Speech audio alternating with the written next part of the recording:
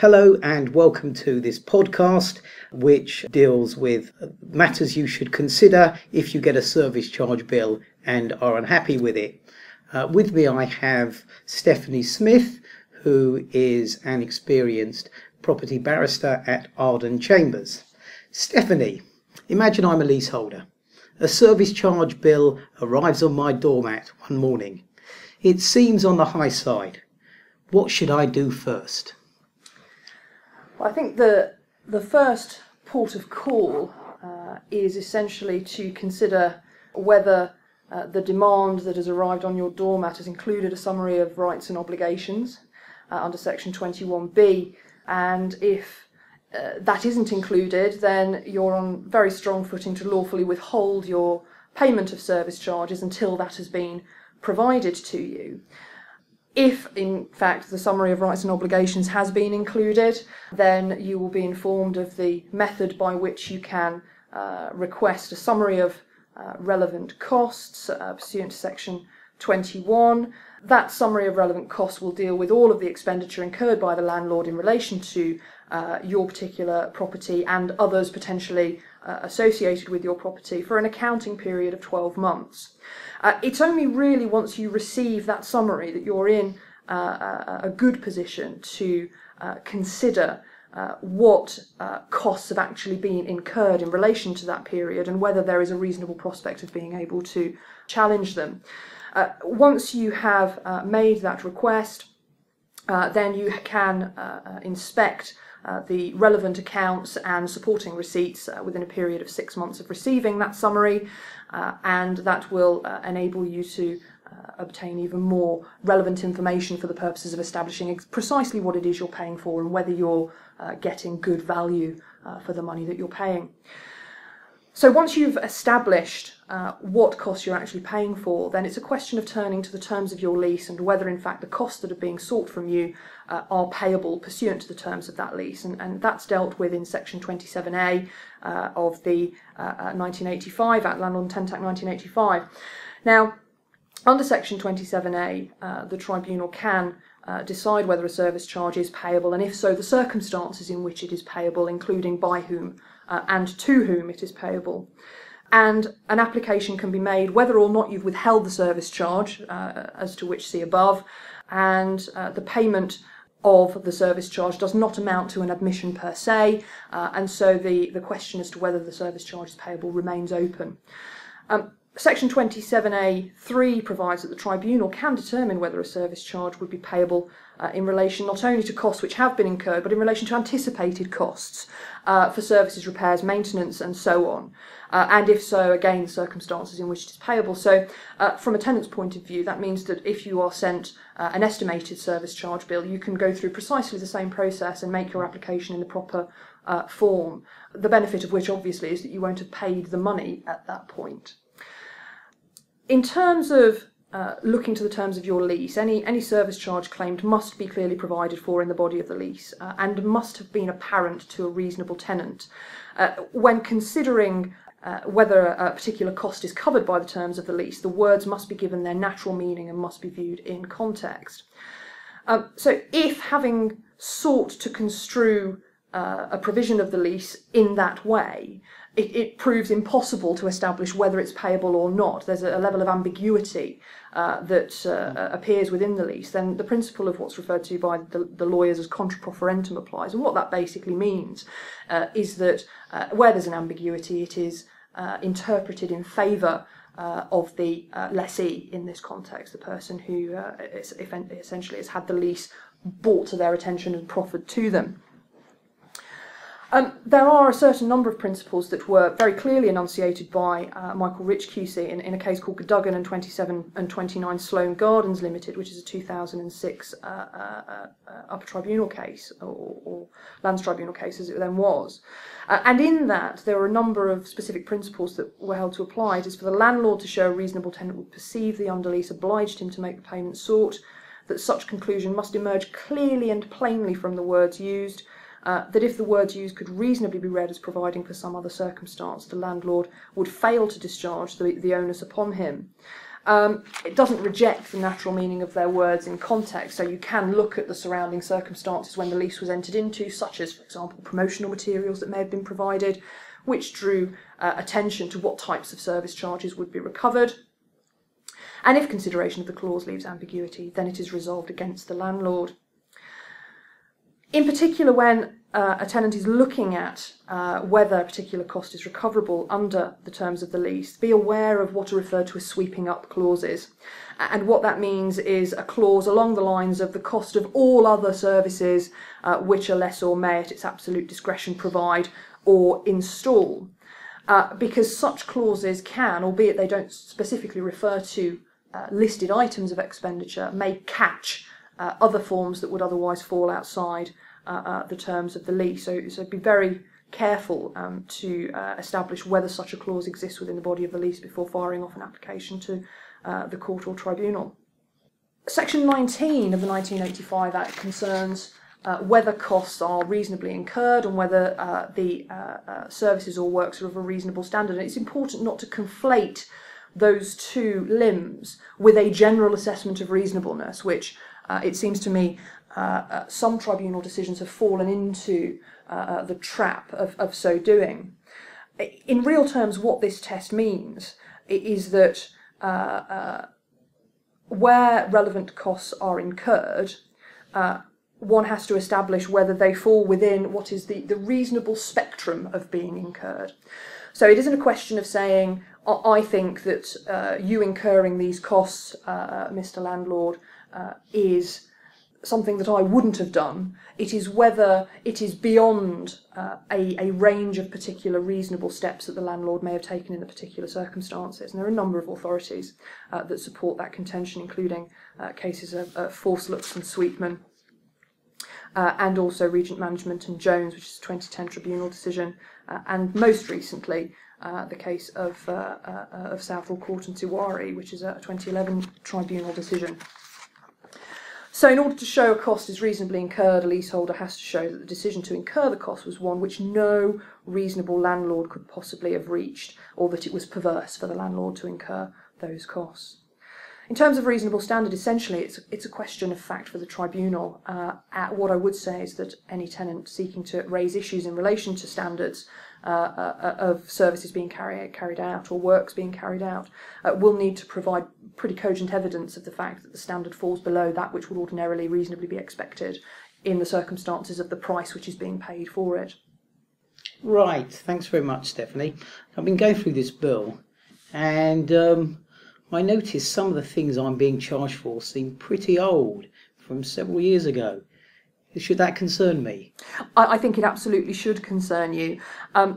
By Section 20B of the 1985 Act, if any relevant cost is incurred more than 18 months before a demand for payment of the service charge has been served on the tenant, then the tenant isn't liable to pay it.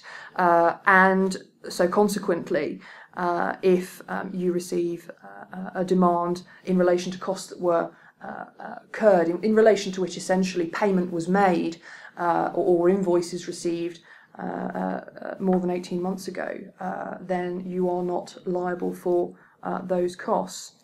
That is subject to a proviso. If the tenant is notified in writing within that 18-month period, beginning when the costs were in fact incurred, then he would be required essentially to pay them under the terms of the lease or to contribute to them by payment of the service charge, then the tenant is liable to pay them. So it's not merely a question of when you receive the demand, it's whether you've been notified that the liability will accrue essentially within the 18-month period before the demand is made.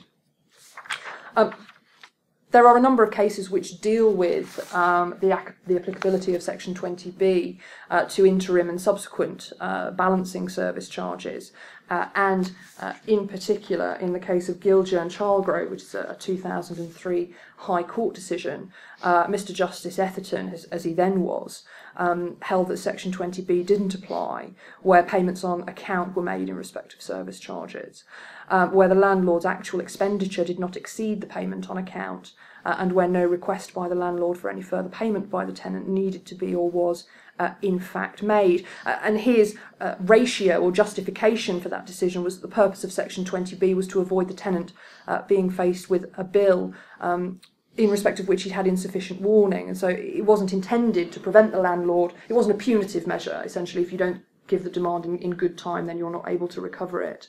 It's whether there's in fact been proper notice. And finally, in relation to that particular issue, a tenant should bear in mind that in the decision in OM and Burr, which is a 2012 tribunal decision, when a cost is incurred is a question of fact for the tribunal to decide, but it's based on one of two alternatives, either when the invoice has been presented or when subsequent payment is made.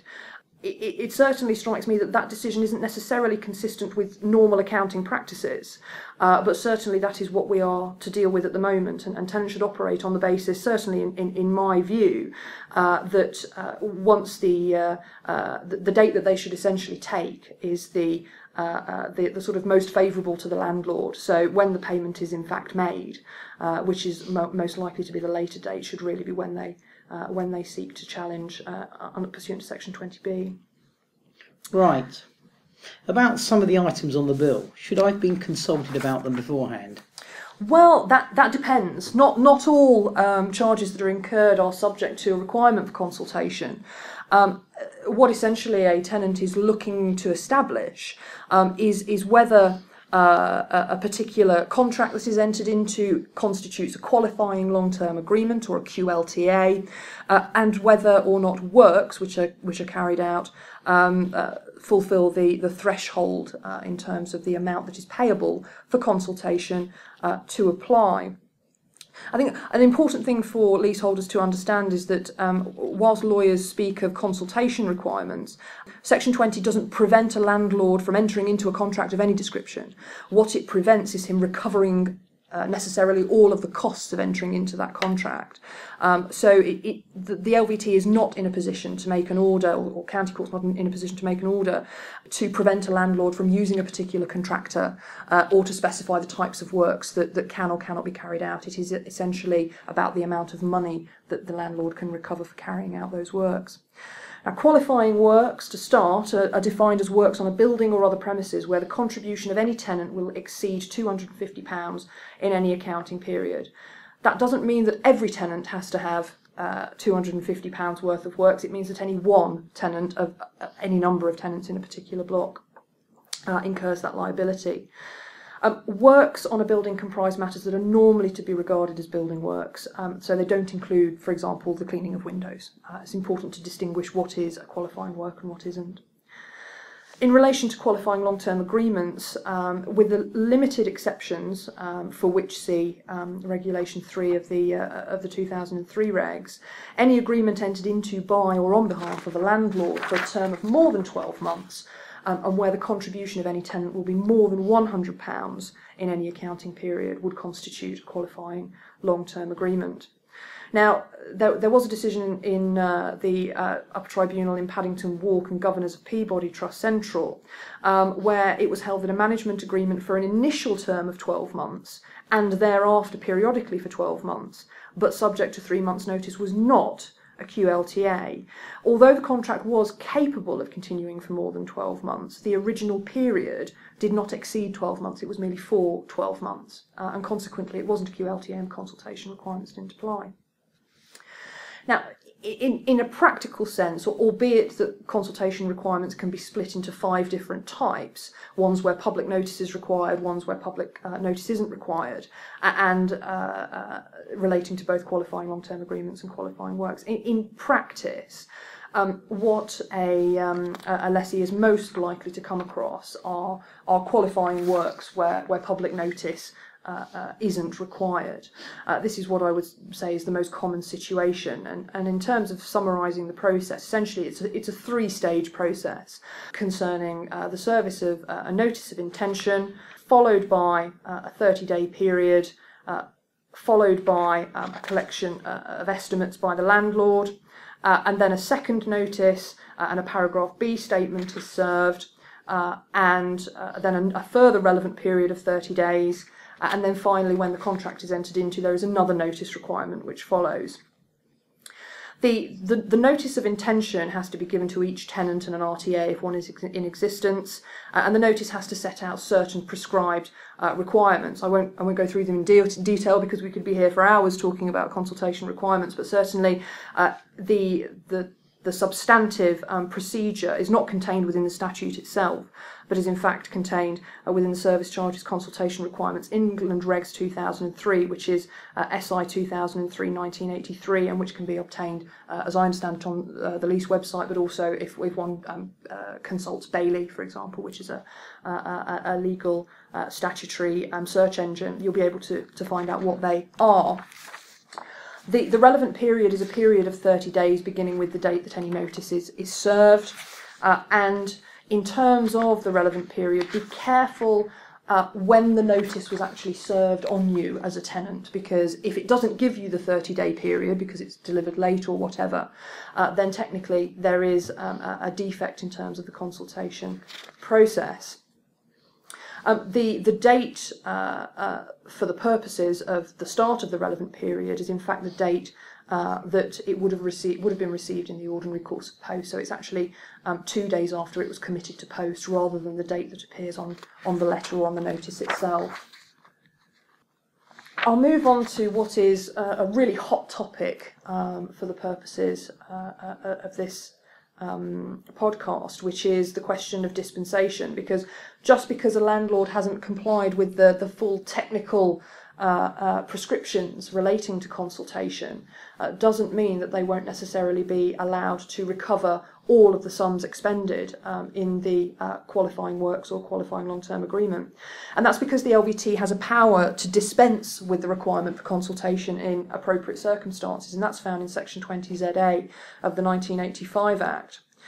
Now, the LVT has been able to give dispensation since October of 2003 in England and in Wales since 2004.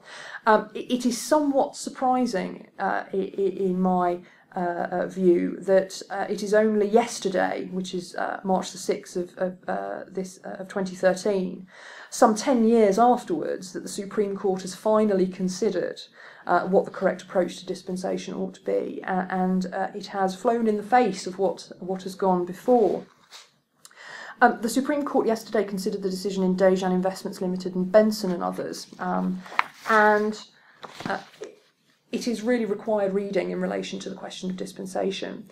Now, in Dejan, the freeholder owned a building in London. It contained 7 flats, 5 of which were let on long leases to the respondents, and the leases provided in the usual way for Dejan to be responsible for repair of the building and for leaseholders to contribute to service charges.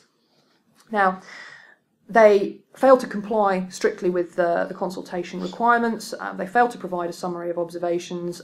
They failed to make estimates available for inspection, and they didn't allow 30 days for observations to be made. And the LVT at first instance found that substantial prejudice had been caused to the lessees, and it rejected an argument that it was for them to demonstrate what they had lost. Essentially, it said that the breach was so serious that effectively the lessees weren't required to demonstrate prejudice. And it rejected an offer from Dejan in that case that it wouldn't pass on the entire costs of the qualifying works in that case. And effectively what it said, that the argument that the financial effects of granting or refusing dispensation on the landlord and tenant were relevant was not the case. That essentially one looked at the prejudice, and that's one where one started. The upper tribunal rejected Dejan's appeal, essentially finding that it wasn't for leaseholders to prove any specific prejudice, and that if the breach were serious, that dispensation essentially ought to be refused. Dejan again appealed to the Court of Appeal, and the Court of Appeal again rejected that argument. The Court of Appeal held that the starting point was the decision of the LVT. It was the LVT that had to be entrusted by statute with deciding the issue of dispensation, and so the upper tribunal's subsequent decision wasn't really the point to start from, albeit one could take into account the views that were expressed by that tribunal. But what it said in relation to the substantive issue on appeal was that the draconian financial consequences of a failure to grant dispensation was not a relevant factor. Secondly, it found that the nature of the landlord might be a relevant factor, but that wasn't present on the facts of the case because Desjardins was a large company, a large organisation, and so the fact that it wasn't comprised of, for example, leaseholders in the same way an RTM company might be, was not relevant. Thirdly, it found that the degree of prejudice caused for tenants was of primary significance in any dispensation application, and because there had been what was considered to be a serious failing by Desjardins, the loss of the opportunity to enjoy a full consultation process was itself significant prejudice. The Supreme Court upheld Desjardins' appeal from that decision. Insofar as is relevant for these purposes, they approached the issue as follows. The 85 Act required a landlord to consult his tenant before carrying out qualifying works to ensure the tenant was protected from paying for works that are unnecessary or of defective standard, or for paying more for works than is necessary. It wasn't a punitive measure and shouldn't be construed as such. The seriousness of the breach of the regulations was not in fact a relevant factor. The sole issue was the extent to which the leaseholders had suffered prejudice as a result of any failing. As a result of that, consequently the financial implications were accordingly irrelevant, and the type of landlord was irrelevant. The LVT had a power to grant dispensations on such terms as it thought fit, provided that those terms were appropriate in their nature and effect. And what that essentially permitted was that if the failure to consult resulted in increased costs, then that could be a condition of dispensation being granted, that those costs would not be passed on to the lessees. And also, another condition of the grant of dispensation was that the landlord would pay the leaseholders reasonable costs incurred in resisting the application for dispensation. Right, so you've told me what my rights are. I've tried to do a deal with the landlord, their managing agents, but haven't made any headway. And I'm thinking about going further and what rights have I got available, what avenues or forums can I go to challenge the bill? Well, if litigation is essentially the last possible option available to you, then there are two fora that you can approach to determine your dispute with your landlord. The first is the county court, and the second is the leasehold valuation tribunal, which is soon to become the property chamber as of what we've now been told is the 1st of July of 2013. Now, there are a number of reasons why a case may start in the county court, not least of which is a claim brought by the landlord for a debt in relation to service charges, and often that is done as a precursor to commencing forfeiture proceedings. If there is a valid challenge to the reasonableness of service charges in such a context, then the county court is where you will most likely find yourself. There is an increasing tendency for the court to transfer anything remotely service charge related to the leasehold valuation tribunal in any event. So just because you start your case in the county court doesn't mean you're going to stay there during the whole course of the proceedings and not have the benefit, in inverted commas, of having the leasehold valuation tribunal's expertise on the issue, because there is a power for the county court to transfer. Now, matters that the county court will bear in mind in relation to any transfer include the specialist nature of the LVT. The LVT is comprised of a tribunal which includes surveyors, lawyers and the like, and they are, it seems to me, in the best position to determine non-legally complex issues relating to service charge disputes. It seems to me that complex questions of law are often best left in the remit of the county court, and so it may be, if there are substantive disputes in relation to, for example, limitation periods, or how you are going to get your money back once you've had a determination in your favour, that it may be more appropriate to leave that within the forum of the county court. A lessee should be aware of the fact that if there is a transfer, then that will inevitably result in a level of delay, and also the concomitant additional costs being incurred in the form of having to go to yet another court hearing to have directions set down for a hearing of the service charge dispute. It seems to me, preferable to resolve multiple issues in one forum, and the LVT, unfortunately, is in a position where it has no real enforcement powers. And it may be that when one looks at a case that involves complex issues of law with a dispute relating to service charges, where ultimately it may result in a claim for restitution, for example, that type of case may benefit from staying in the county court. Nonetheless, the county court and the LVT do have the same powers in relation to restricting cost recovery, and so that shouldn't form a reason. It's a common misapprehension that the LVT is the cheaper place to go to. That isn't necessarily the case, because the county court has a dual jurisdiction in relation to Section 20C orders. The alternative forum for your service charge dispute, and the place that most often lessees are advised to bring their applications to dispute service charges, is the Leasehold Valuation Tribunal. It is designed to be an informal tribunal, but nonetheless, lessees should not mistake that informality for a complete lack of judicial procedure, because there is judicial procedure that must be followed. And it has to be observed irrespective of whether you are counsel QC or whether you are a layperson. But the way in which a standard case in the LVT pans out is as follows. The application is made in one of the prescribed forms that one can obtain from the website.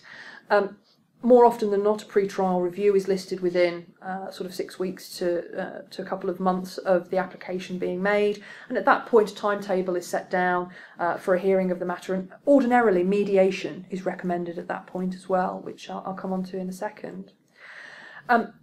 That timetable has to include any potential amendments to the application. It may be that when you issued your application you were contacted by the landlord and they informed you of various matters that settled some parts of your claim and raised more questions in relation to other parts. And so ordinarily one would expect to see permission for amendments to the application to be made. That'll be followed by further statements of case. For example, the landlord will want to respond to your application most probably. Followed by service of witness statements, the provision of any expert evidence if it's required, disclosure of all of the accounts and files that are held by the landlord, preparation of hearing bundles, and then a date and time for the adjourned hearing. The hearing ordinarily comprises an inspection, normally in the morning, followed by the parties then introducing their cases and evidence and submission following on from that. And then finally, the LVT ordinarily will do a decision in writing, and that will normally follow within a few weeks of the hearing being made. So don't go to the hearing expecting that you're going to come away with a decision, because in all likelihood you aren't. The general rule is that you're not going to be able to obtain legal aid in relation to appearing before the tribunal. It's only in very exceptional circumstances that type of funding is available. And also be aware that there is no precedent in the Leasehold Valuation Tribunal, so one LVT decision doesn't bind another LVT in terms of decision making. From July the 1st of this year, 2013, the Property Chamber is due to be launched, which effectively will be a consolidating tribunal, taking into account the Residential Property Tribunal Service, the Agricultural Land Tribunals and the adjudicator to Her Majesty's Land Registry. The current procedural rules will effectively be morphed and consolidated with the procedural rules that relate to those other tribunals, and they'll come into force again from the 1st of July of 2013. In particular, in relation to those rules, one has to be aware of the fact that the cost rules are going to be significantly amended. Now, the Leasehold Valuation Tribunal originally was intended to be a no-cost forum, subject to a £500 penalty award, essentially, for frivolous, vexatious or abusive cases or conduct by the parties.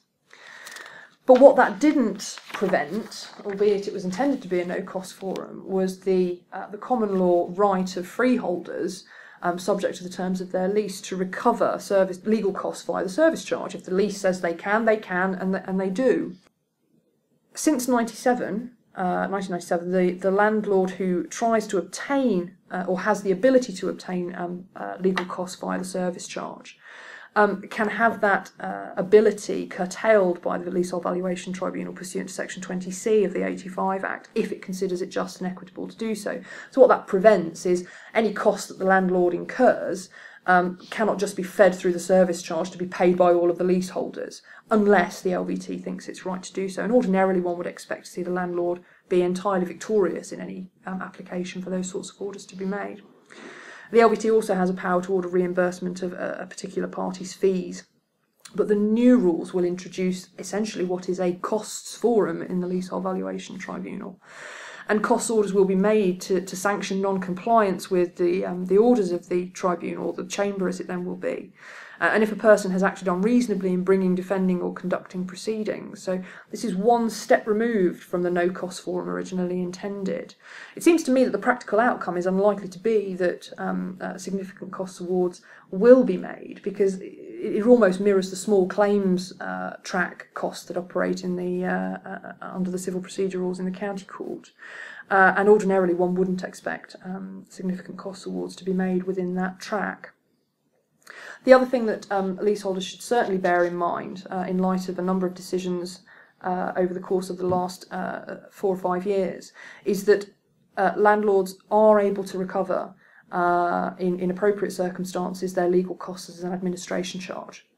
And a leaseholder who is charged his legal costs via a variable administration charge has significantly fewer rights than if they went through as a service charge. The principal one of which is that there's no provision equivalent to Section 20C to prevent a landlord from recovering those costs via an administration charge. It seems to me that that cannot be what Parliament intended, and in my view it seems likely that that's going to be dealt with at some point or another. Right. Thanks very much, Stephanie. Do you have any final thoughts? I think that one of the key things that I seek to impress upon lessees that come to me is do not waste the opportunity of mediating effectively with the other side.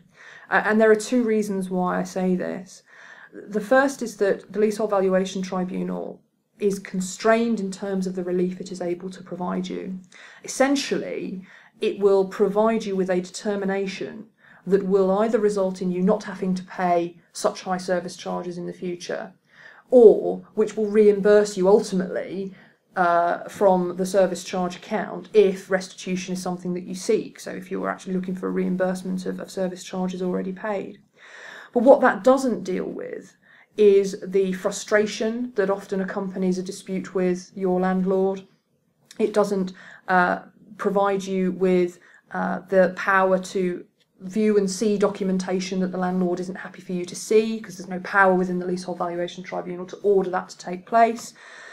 And ultimately, if you have real issues with the way in which your block is being managed, short of applying in separate proceedings for the appointment of a manager or exercising the right to manage, it can't address those issues either. And often these are matters that are more important than the money to lessees.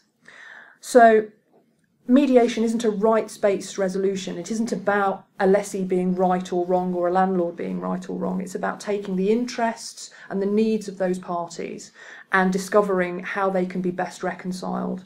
It's not a quick and cheap process if it's done properly, but it will save you the cost of having to proceed to trial and potentially lose, and now, in current circumstances, be landed with either a very high service charge or administration charge bill.